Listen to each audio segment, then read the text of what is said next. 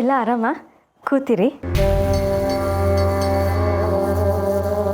ಇಷ್ಟೊತ್ತು ನಡೀತಲ್ಲ ಅದೆಲ್ಲ ನಿಜವಾದ ಪೂಜೆ.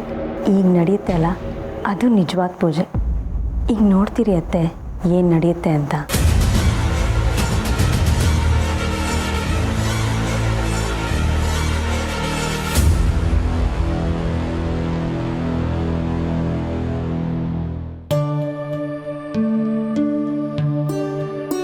ಪೂರ್ಣಿ, ಎಲ್ರಿಗೂ ಅರ್ಶಿನ ಕುಂಕುಮ ಕೊಟ್ಬಿಡು.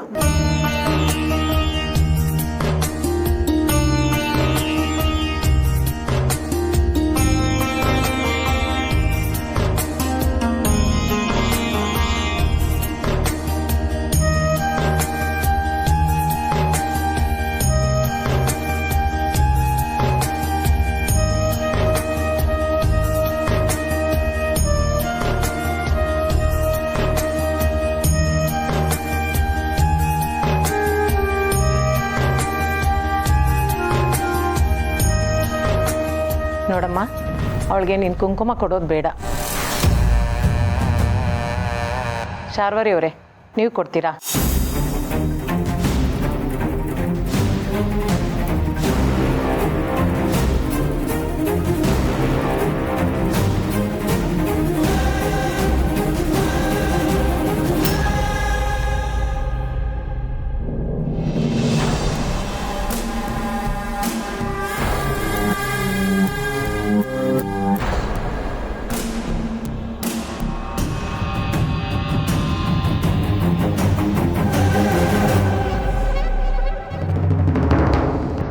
ಪೂರ್ಣಿ ಬಾ, ಎಲ್ರಿಗೂ ತಾಂಬೂಲ ಕೊಡು.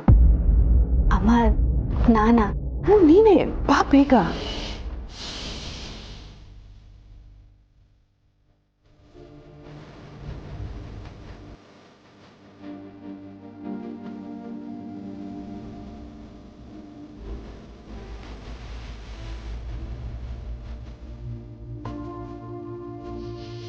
ತಪ್ಪು ತಿಳ್ಕೊಬೇಡಮ್ಮ, ನಿನ್ನ ಕೈಯಿಂದ ನನ್ನ ಮಗಳಿಗೆ ತಾಂಬೂಲ ಕೊಡೋದು ಬೇಡ.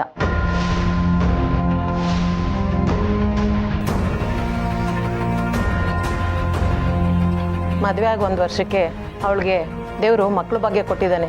ನಿನ್ಗೆ ಇಷ್ಟು ವರ್ಷ ಆದರೂ ಮಕ್ಕಳಾಗಿಲ್ಲ. ನಿನ್ನ ಕೈಯಿಂದ ತಾಂಬೂಲ ಕೊಟ್ಟರೆ ಅಶುಭ ಅಂತ ನಮ್ಮ ನಂಬಿಕೆ.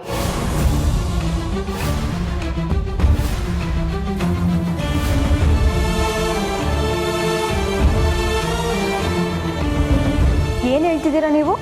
ನನ್ನ ಅಕ್ಕಂಗೆ ಮಕ್ಕಳಾಗಲ್ಲ ಅಂತನಾ? ಹೌದು, ಮಕ್ಕಳಾಗಲ್ಲ. ಹಾಗಂತ ಅವ್ರು ಯಾರಿಗೂ ಕುಂಕುಮನೇ ಕೊಡಬಾರ್ದಾ?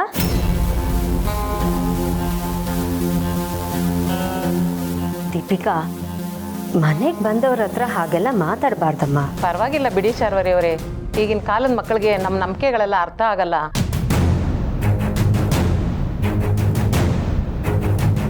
ಅಂದಾಗೆ ಎಲ್ಲರೂ ನಮ್ಮ ಮನೆಗೆ ಕುಂಕುಮಕ್ಕೆ ಬನ್ನಿ. ತುಳಸಿ ಅವರೇ, ಶಾರ್ವರಿ ಅವರೇ, ದೀಪಿಕಾ, ಎಲ್ಲರೂ ನಮ್ಮ ಮನೆ ಕುಂಕುಮಕ್ಕೆ ಬನ್ನಿ.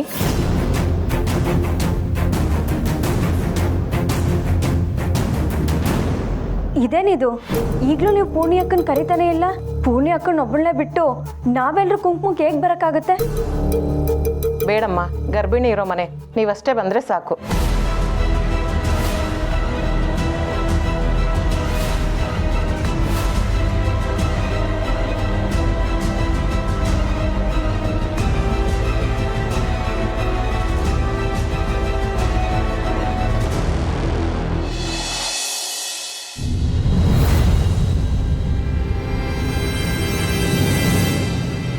ಹಲೋ. ಏನಮ್ಮ, ಸಾಲ ಇಸ್ಕೋಬೇಕಾದ್ರೆ 10 ಸಲ ಕಾಲ್ ಮಾಡ್ತೀಯಾ? ಸಾಲ ವಸೂಲು ಮಾಡೋಣ ಅಂತ ಫೋನ್ ಮಾಡಿದ್ರೆ ಕಾಲೇ ರಿಸೀವ್ ಮಾಡಲ್ಲ ಅಂತೀಯಲ್ಲ. ನನ್ನ ನಂಬರಿಂದ ರಿಸೀವ್ ಮಾಡಿಲ್ಲ ಅಂದರೆ ಇನ್ನೊಬ್ಬರ ನಂಬರ್, ಅವ್ರ ನಂಬರಿಂದ ರಿಸೀವ್ ಮಾಡಲ್ಲ ಅಂದರೆ ಮತ್ತೊಬ್ಬರ ನಂಬರ್, ಹಿಂಗೆ 10 ನಂಬರ್ ಇಟ್ಕೊಳಕ್ಕಾಗತ್ತಾ ನಿನ್ನ ಹತ್ರ ಸಾಲ ವಸೂಲು ಮಾಡೋಕ್ಕೆ? ಇಲ್ಲ ಅಣ್ಣ, ಆದಷ್ಟು ಬೇಗ ನಿಮ್ಮ ದುಡ್ಡನ್ನು ವಾಪಸ್ ಕೊಟ್ಬಿಡ್ತೀನಿ. ಏನಾ ಆದಷ್ಟು ಬೇಗನಾ? ಇದೇ ಮಾತನ್ನ 3 ತಿಂಗಳಿಂದ ಹೇಳ್ತಾ ಇದೀಯಾ ನೋಡು. ಅದೆಲ್ಲ ನನಗೆ ಗೊತ್ತಿಲ್ಲ. ಇವತ್ತು ನನಗೆ ಬರ್ಬೇಕಾಗಿರೋ ದುಡ್ಡು ಬರಲಿಲ್ಲ ಅಂತ ಅಂದರೆ ನಾವು ನಿಮ್ಮ ಮನೆ ಮುಂದೆ ಇರ್ತೀವಿ. ಏನಣ್ಣ ಇದು? ಹಬ್ಬದ ದಿನ ಫೋನ್ ಮಾಡಿ ಮನೆ ಹತ್ರನೇ ಬರ್ತೀನಿ ಅಂತ ಹೆದರಿಸ್ತಿದ್ದೀರಲ್ಲ. ಹಬ್ಬ ನೀನೊಬ್ಳಿಗೇನಾ? ನಮ್ಗಿಲ್ವಾ? ಸಾಲ ಇಸ್ಕೊಂಡಳು ಅದ್ದೂರಿಯಾಗಿ ಹಬ್ಬ ಮಾಡ್ತಾ ಇದೀಯ. ಸಾಲ ಕೊಟ್ಟರು ಕಣ್ಣು ಬಾಯಿ ನೋಡ್ತಾ ಕೂತ್ಕೋಬೇಕಾ? ಅಣ್ಣ ಸ್ವಲ್ಪ ಟೈಮ್ ಕೊಡಿ, ಹೇಗಾದರೂ ಮಾಡಿ ಅರೇಂಜ್ ಮಾಡ್ತೀನಿ. ಟೈಮ್ ಕೊಡ್ಬೇಕು ನೋಡು. ಟೈಮ್ ಕೊಟ್ಟಿದ್ದು ಆಯ್ತು, ಅದು ಮುಗ್ದಿದ್ದು ಆಯ್ತು. ಇನ್ನೇನಿದ್ರು ನಾಳೆ ನಿಮ್ಮ ಮನೆ ಹತ್ರ ಬರೋದೆ, ದುಡ್ಡು ವಸ್ತು ಮಾಡೋದೆ. ಹಣನ ರೆಡಿ ಮಾಡ್ಕೋ.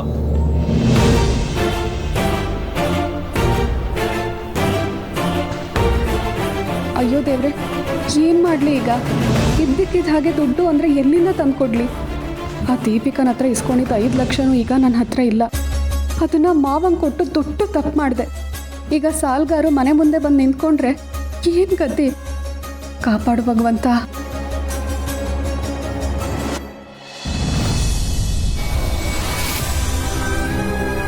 ಅಕ್ಕ, ಅವರೆಲ್ಲ ಹಾಗೆ ಮಾತಾಡಿದ್ರು ಅಂತ ನೀನು ಬೇಜಾರಾಗಬೇಡ. ನಿನ್ನ ನೋವೇನು ಅಂತ ನಂಗೆ ಅರ್ಥ ಆಗುತ್ತೆ. ಮಕ್ಕಳಾಗಲಿಲ್ಲ ಅಂದ ಮಾತ್ರಕ್ಕೆ ಮನುಷ್ಯರಾಗೋ ಯೋಗ್ಯತೆಯೂ ಇಲ್ಲ ಅನ್ನೋ ಥರ ಮಾತಾಡ್ತಾರೆ. ನಿನ್ನ ಬಾಯಲ್ಲಿ ದೇವ್ರ ಮೇಲೆ ನಂಬಿಕೆ ಇಡು. ಮಕ್ಕಳಾಗಲಿಲ್ಲ ಅಂದರೆ ಏನಂತೆ? ನೀನೇ ಈ ಮನೆಗೆ ಮಗು ಇದ್ದ ಹಾಗೆ. ನಾವೆಲ್ಲರೂ ನಿನ್ನ ಮಗು ಥರ ಪ್ರೀತಿ ಮಾಡ್ತೀವಿ.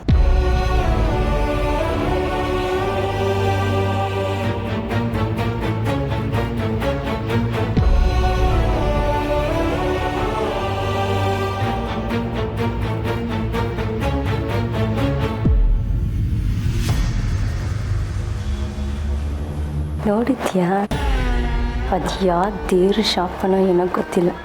ನಿನಗಂತೂ ಈ ಜನ್ಮದಲ್ಲಿ ಮಕ್ಕಳಾಗಲ್ಲ.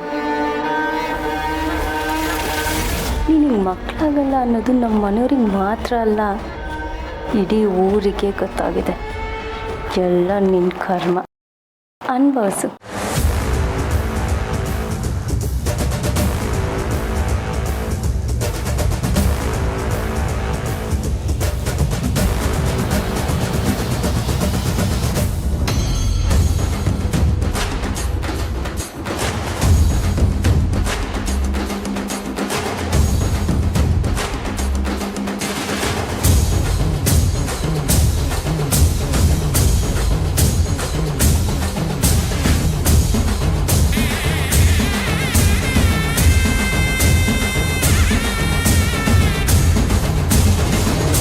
ಏನಕ್ಕ ಇದು? ನಿನಗೆ ಸಮಾಧಾನ ಮಾಡಕ್ಕೆ ಬಂದರೆ ಹೀಗೆ ಬಿಹೇವ್ ಮಾಡ್ತಿದ್ಯಾ? ಪುಣ್ಯ ಏನಾಯ್ತು ನಿನಗೆ? ಸಮಾಧಾನ ಮಾಡ್ಕೊ. ಬೇಕಾಗಿಲ್ಲ, ನನಗೆ ಯಾರು ಸಮಾಧಾನ ಮಾಡೋದು ಬೇಕಾಗಿಲ್ಲ.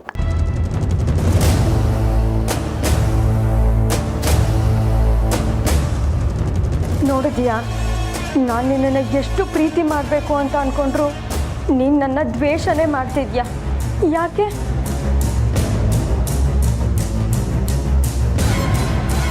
ನಾವೇನು ಮಾಡಿದ್ದೀವಿ ಅಕ್ಕ? ನಿನಗೆ ಮಕ್ಕಳು ಆಗಲ್ಲ ಅಂತ ನಮ್ಮನ್ನು ದ್ವೇಷ ಮಾಡೋದು ಯಾವ ನ್ಯಾಯ?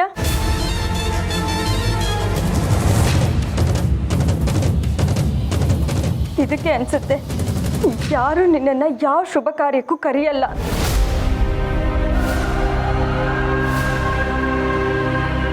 ಹೀಗೆ ಆಡ್ತಿದ್ರೆ ನಮ್ಮ ಮಕ್ಕಳಾದ್ರೂ ಹೇಗಾಗುತ್ತೆ ಹೇಳು? ಸಾಕು, ಪದೇ ಪದೇ ಅದನ್ನೇ ಹೇಳ್ಬೇಡ ದೀಪಿಕಾ. ನನ್ನ ಮುಂದೆ ನಾಟಕ ಆಡ್ಬೇಡ.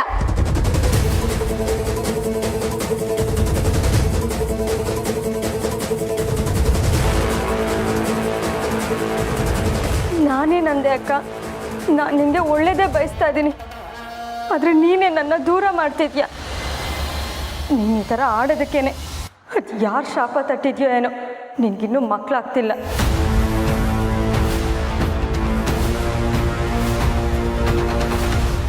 Stop it Deepika. ನೊಂದು ಮಾತಾಡಿದ್ರು ನಾನು ಸುಮ್ಮನೆ ಇರಲ್ಲ.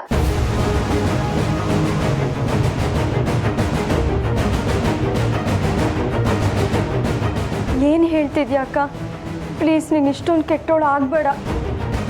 ಹಬ್ಬದ ದಿನ ಇಷ್ಟೊಂದು ಕೆಟ್ಟದಾಗ ನಡ್ಕೊಂಡ್ರೆ ಮಕ್ಕಳು ಭಾಗ್ಯ ಆದರೂ ಹೇಗೆ ಸಿಗುತ್ತೆ ಹೇಳು? Stop it Deepika. ನಾಲ್ಗೆ ಮೇಲೆ ಹಿಡ್ತಾ ಇರಲಿ, ಬಾಯಿಗೆ ಬಂದಿದ್ದೆಲ್ಲ ಮಾತಾಡಬೇಡ. ಯಾಕೆ ಮಾತಾಡಬಾರ್ದು? ತಪ್ಪು ಯಾರ್ದು ಅಂತ ಕಣ್ಣೆದುರುಗಡೆನೆ ಕಾಣಿಸ್ತಾ ಇದೆ. ಅಂಥದ್ರಲ್ಲಿ ನನ್ನ ಹೆಂಡತಿಗೆ ಮಾತಾಡಬೇಡ ಅಂತ್ಯ? ಏನೇ ಹೇಳೋ ಹಾಗಿದ್ರು ನಿನ್ನ ಹೆಂಡತಿಗೆ ಹೇಳೋ.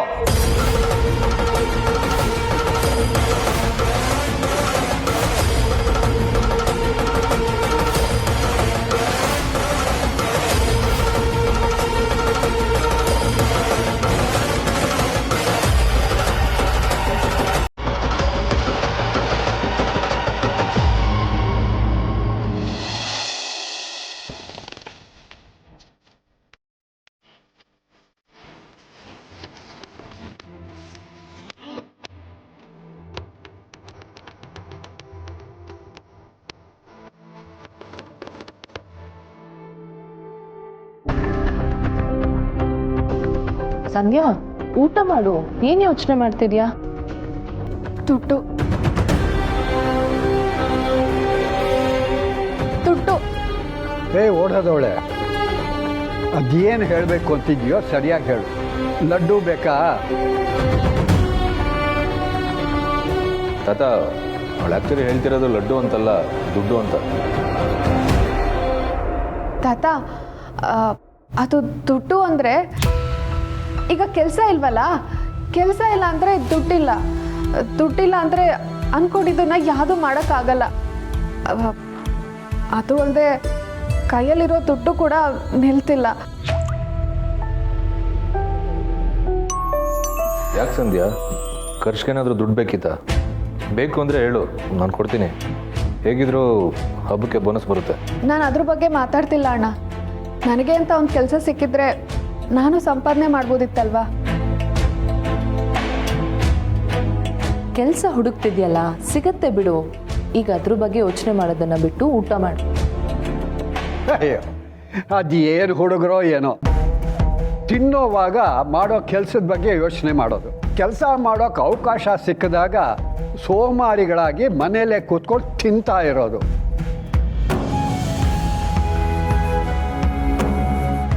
ಸರಿಯಾದ ಸಮಯಕ್ಕೆ ಸರಿಯಾದ ಕೆಲಸ ಮಾಡೋರೇ ಅಲ್ಲ. ಅದೇನೋ 2-3 ಕಡೆ ಅಪ್ಲಿಕೇಶನ್ ಹಾಕಿದ್ಯಲ್ಲ ಕೆಲಸಕ್ಕೆ ಅಂತ, ಸಿಗುತ್ತೆ ಬಿಡು. ಅಲ್ಲ ದತ್ತವ್ರೆ, ಅಲ್ಲಿ ಇಲ್ಲಿ ಯಾಕೆ ಕೆಲಸ ಹುಡುಕ್ಬೇಕು? ನಮ್ಮ ಸಮರ್ಥು ಹೇಗಿದ್ರು ಕೆಲಸ ಮಾಡ್ತಿರೋದು ಅವಿ ಕಂಪ್ನಿಲಿ.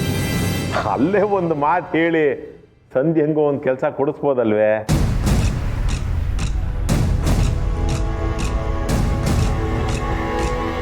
ಏನಪ್ಪ, ಆ ಮನೆಗೆ ಮತ್ತೆ ಇವಳನ್ನ ತಗಲು ಹಾಕೊಂತಿದೀಯಾ? ಇಲ್ಲ ತಾತ, ಅಂಥ ಯೋಚನೆ ನಿಮಗೆ ಬೇಡ. ನಾನೇನಲ್ಲಿ ಕೆಲಸ ಮಾಡಲ್ಲ, ಬೇರೆ ಕಡೆ ಎಲ್ಲಾದರೂ ಕೆಲಸ ಹುಡ್ಕೊಳ್ತೀನಿ.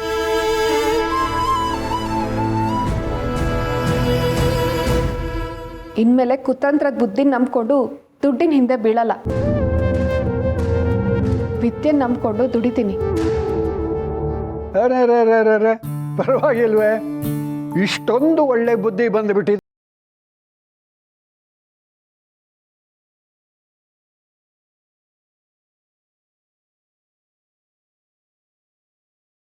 ಲಕ್ಷ್ಮಿ ತಾನಾಗೆ ಒಲಿತಾಳೆ ಬಿಡು.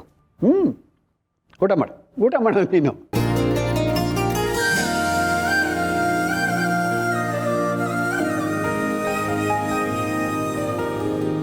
ಇದೇನು ಕೇಡು ಬುದ್ಧಿ ಬಂದಿರೋದು ಇವಳಿಗೆ?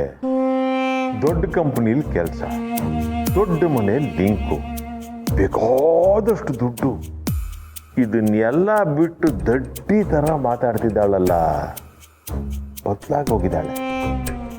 ಇನ್ನೀ ಪ್ರಪಂಚದಲ್ಲಿ ಬದುಕೋದು ಕಷ್ಟ ಇವಳು, ಪಾಪ ಅನ್ಸುತ್ತೆ.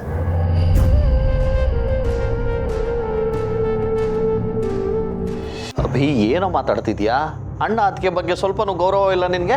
ಗೌರವ ಕೊಡೋ ಅಂತ ಕೆಲಸ ಇವ್ರು ಏನು ಮಾಡಿಲ್ಲ. ಇವ್ರು ಮಾಡಿರೋಂತ ಹೇಳ್ತಾ ಹೋದ್ರೆ ಇದಕ್ಕಿಂತ ಕೆಟ್ಟದಾಗಿ ಮಾತಾಡ್ಬೇಕಾಗತ್ತೆ. ಮನೆ ಮಾಲೀಕರನ್ನ ಕೆಲ್ಸದವ್ರ ತರ ನೋಡೋದು, ಕೆಲ್ಸದವ್ರನ್ನ ಮನೆ ಮಾಲೀಕರ ತರ ನೋಡೋದು. ಇವನ್ ಕಣ್ಗೆ ಯಾವಾಗಲೂ ನಾನು ತಪ್ಪಾಗೆ ಕಾಣಿಸ್ತೀನಿ, ಆದ್ರೆ ಇವನ್ ತಪ್ಪು ಇವನು ಕಾಣೋದೇ ಇಲ್ಲ. ಬಾಯಿ ಮುಚ್ಚೋಬಿ, ಅತಿಯಾಗಿ ಮಾತಾಡ್ತಿದ್ಯಾ? ಅತಿಯಾಗಿ ಮಾತಾಡ್ತಿರೋದು ನೀನು. ಆ ಡ್ರೈವರ್ ಸಮರ್ಥನ ಸ್ವಂತ ತಮ್ಮನ ತರ ನೋಡ್ಕೋತ್ಯ. ತಮ್ಮನ್ನ ಎಲ್ರ ಮುಂದೆ ಅವಮಾನ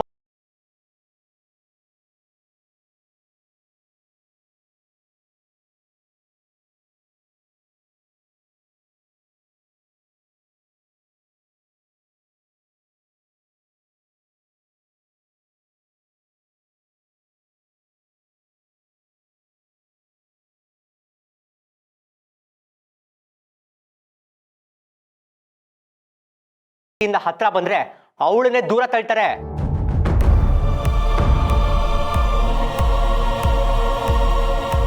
ಅಪ್ಪ ಅಮ್ಮನ ಮಧ್ಯೆ, ಅಕ್ಕ ತಂಗಿರ ಮಧ್ಯೆ ಬೆಳೆದಿದ್ರೆ ಮಾತ್ರ ಸಂಬಂಧದ ಬೆಲೆ ಗೊತ್ತಾಗೋದು.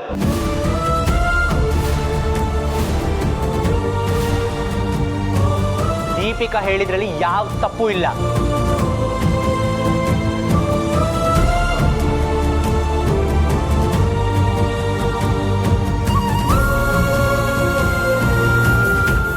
ಪರವಾಗಿ ಮಾತಾಡೋ ಬರೋದಲ್ಲಿ ನೀನ್ ಏನ್ ಮಾತಾಡ್ತಿದ್ಯಾ ಅಂತ ನಿನ್ಗೆ ಗೊತ್ತಿಲ್ಲ ಅಭಿ.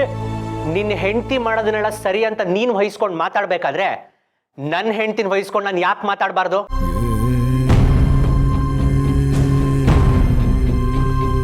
ಅನಾಥೆ ಆಗಿರೋರ್ನ ಅತ್ತಿಗೆ ಅಂತ ಗೌರವ ಕೊಟ್ಟೆ, ಮರ್ಯಾದೆ ಕೊಟ್ಟೆ, ಆದ್ರೆ ಅದನ್ನ ಉಳಿಸ್ಕೊಳ್ಳೋಂತ ಯಾವ ಕೆಲಸನೂ ಇವ್ರು ಮಾಡ್ಲಿಲ್ಲ. ಅಭಿ ಹದ್ ಮೀರಿ ಮಾತಾಡ್ತಿದ್ಯಾ. ಬೇಕು ಅಂತ ದೀಪಿಕಾ ಐರನ್ ಮಾಡುವಾಗ ಅವಳು ಸೀರೆ ಸುಟ್ಟು ಹಾಕಿದ್ರು, ಗ್ಯಾಸ್ ಲೀಕ್ ಮಾಡಿ ಅವಳನ್ನ ಸಾಯಿಸೋದಕ್ಕೆ ಪ್ರಯತ್ನ ಪಟ್ರು. ನನಗೆ ಅಂತ ಪ್ರೀತಿಯಿಂದ ಬಟ್ಟೆ ತಗೊಂಡ್ಬಂದಿದ್ರೆ ಬೇಕು ಅಂತ ಅದನ್ನ ಸುಟ್ಟು ಹಾಕಿದ್ರು. ಇಂಥ ಚೀಪ್ ಜನಗಳಿಗೆ ನಾನು ಗೌರವ ಕೊಡ್ಬೇಕಾ? ಇಷ್ಟೆಲ್ಲಾದ್ರೂ ದೀಪಿಕಾ ಸಹಿಸ್ಕೊಂಡು ಸಮಾಧಾನ ಮಾಡೋದಕ್ಕೆ ಅಂತ ಬಂದ್ರೆ ಅವಳನ್ನೇ ತಳ್ತಾರೆ. ಅಭಿ, ಏನೇನೋ ಮಾತಾಡ್ಬೇಡ. ನೀನ್ ಹೇಳಿದ್ ಯಾವ್ದ್ರಲ್ಲೂ ನನ್ ತಪ್ಪಿಲ್ಲ. ನಾ ಬೇಕು ಅಂತಾನೆ ನೀನ್ ಹೆಂಡತಿ ಮಾಡಿರೋದು.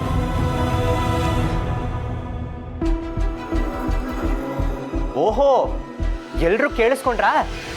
ಇದನ್ನೆಲ್ಲ ನನ್ನ ಹೆಂಡತಿನೇ ಬೇಕು ಅಂತ ಮಾಡಿದ್ದಂತೆ. ಇವ್ರಿಗೇನು ಗೊತ್ತೇ ಇಲ್ವಂತೆ. ಈ ನಾಟಕಗಳನ್ನ ನೋಡ್ಕೊಂಡು ನಾವು ಇಲ್ಲೇ ಇರ್ಬೇಕು.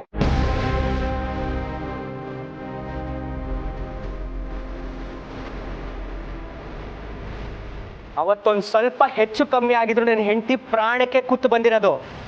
ಆದ್ರೆ ಅದರಿಂದ ಪಾರಾಗಿ ಬರೀ ಕೈ ಮಾತ್ರ ಸುಟ್ಕೊಂಡ್ಲು. ಅದನ್ನೂ ಅವಳೇ ಮಾಡ್ಕೊಂಡಿದ್ದಲ್ವಾ?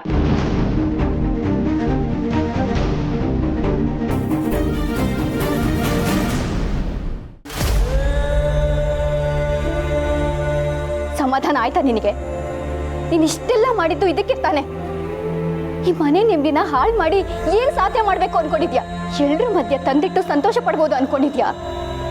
ಈ ಮನೆನ ಇದೇ ರೀತಿ ಮಾಡಿ ಮನೆ ಭಾಗ ಮಾಡ್ಬೇಕು ಅನ್ಕೊಂಡಿದ್ಯಾ? ಅದಕ್ಕೆ ಮಾಡೋದೆಲ್ಲ ಮಾಡಿ ಅದಕ್ಕೆಲ್ಲ ನನ್ನ ಹೆಂಡತಿನೇ ಕಾರಣ ಅಂತ ಅವಳ ಮೇಲೆ ಗೂಬೆ ಕೂರಿಸ್ಬೇಡಿ. ಅಭಿ, ಛೇ, ನೀವಿಂಥವ್ರು ಅಂತ ನನಗೆ ಗೊತ್ತೇ ಇರಲಿಲ್ಲ. ಮನುಷ್ಯತ್ವನೇ ಇಲ್ದಿರೋ ನಿಮ್ಮನ್ನ ಅವಳು ಅಕ್ಕ ಅಂತ ಕರೆದ್ಲಲ್ಲ, ನಾನು ಅತ್ತಿಗೆ ಅಂತ ಪ್ರೀತಿ ಗೌರವ ಕೊಟ್ನಲ್ಲ, ನಮಗ್ ಬುದ್ಧಿ ಇಲ್ಲ.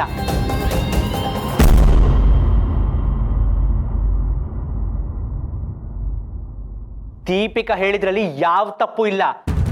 ನಿಮಗಿಂತ ಕೆಟ್ಟ ಬುದ್ಧಿ ಇರೋದಕ್ಕೆ ನಿಮ್ಗೆ ಇವತ್ತಿಗೂ ಮಕ್ಕಳಾಗಿಲ್ಲ. ನೀವು ತಾಯಿನೇ ಆಗಲ್ಲ.